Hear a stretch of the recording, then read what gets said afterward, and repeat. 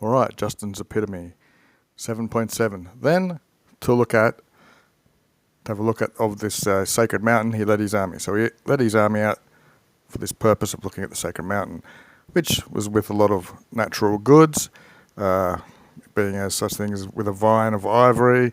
It was vested or clothed, not differently than if it had been cultivated by hand and with the purposeness of cultivators, that's the people who cultivate.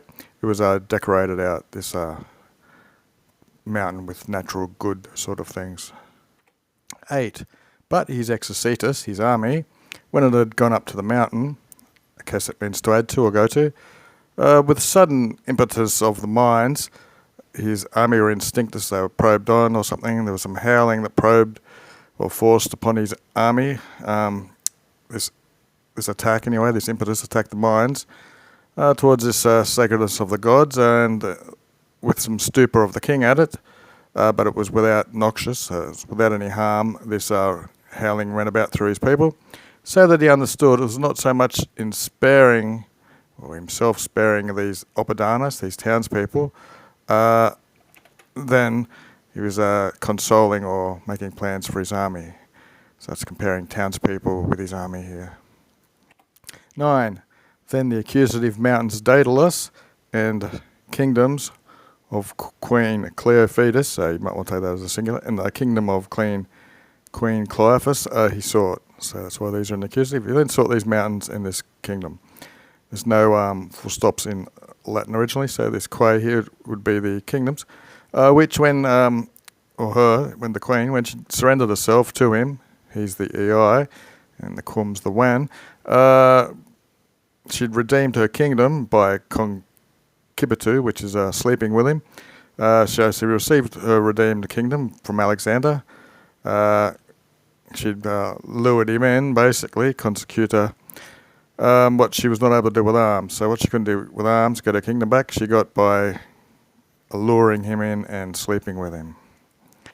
10. And the son genetist, or born from him, she named Alexander, who, that's male, most likely, so it'd be the son, he potitus est, so he obtained afterwards, potitus with rerum's a common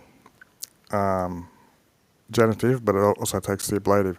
So after he'd obtained the kingdom of the Indians, afterwards this Alexander did this. Queen Cleophas, number 11, on account of her prostram modesty, she'd basically surrendered her chastity to this guy or whatever. She was apolloderess. She was called henceforth by the Indians the Scortum Queen, the whore queen, prostitute or something like that. 12. India had been peregraded, so someone's wandered through India. India's female. I guess this is Alexander anyway. He came to a Saxon, which is a rock of a miraculous type of roughness and height, big craggy peak of rock, in which many people had fled there. He pervenicited it. It takes in or ad, so he reached this rock where many people had fled.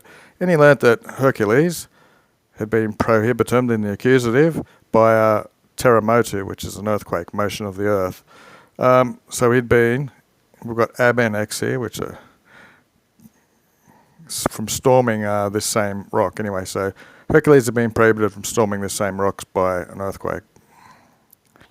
13. And so Itaque captus, captured or captivated by a desire of superaring or overcoming or doing better than the acts of Hercules, with extreme labour and danger, he potitused the sack. So he obtained power over this rock, he climbed the rock, and all the gentes of this loci, all the tribes and people of this location, he received or accepted them in surrender. Okay, this rock, according to the Loeb, is called Birdless. Anyway, next chapter, chapter 8. One from the kings of the Indians was Porus by name. In his strength of body and his magnitude of mind, he was parita or equally insignis, or famous or well known, who did something to a war. What's he done here? He's Freedom. Some time ago, he had heard this opinion about Alexander and was preparing war for his arrival in Adventum. 3. And so, with the battle commissioned, might want to say that the war started, he ordered his army to invade or attack the Macedonians. The king of these people, he demanded for himself, privately, he demanded this king enemy, the enemy's king, for himself. 4. Neither did Alexander make any delay of fighting, but in the first congression, or run-in, with his horse wounded, when he fell head first to the ground, a concourse of his satellites or bodyguards preserved him or saved him. He was saved.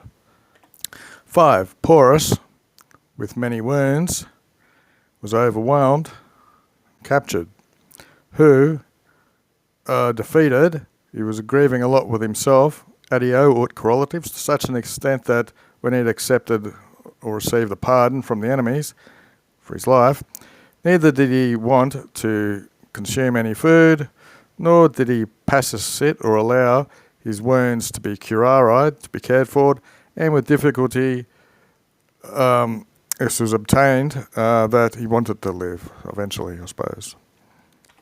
7. Again, Latin doesn't have any full stops originally, so quem will just go straight on from these verbs. This guy whom Alexander, because of the honour of his virtue or his good virtues and valour, safely he was sent back into his kingdom. There, Ibi, he founded 2 urbs, 2 cities. One was Nicaea, the other from the name of his horse he called Bucephalon. Then, something with these places here, that's a cross, not a T, Praesides, gang grenade, whatever the hell it is, he stormed these places with a slaughter of their armies. 10. When, taking these subjunctive, when he returned to his kingdom of Sophilus, or whatever it's called, where, okay, so he's gone there, where he, what have we got here? 200,000, this is where there's going to be some enemies, 200,000 foot soldiers and 20,000 horse soldiers were waiting. I'd say passive.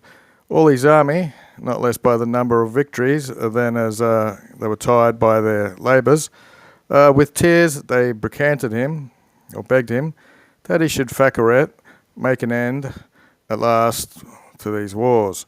At some time, aliquando, he should be subjunctively thinking about a return to his patria, his homeland, and it looks like he should also be thinking about the years and age of his soldiers.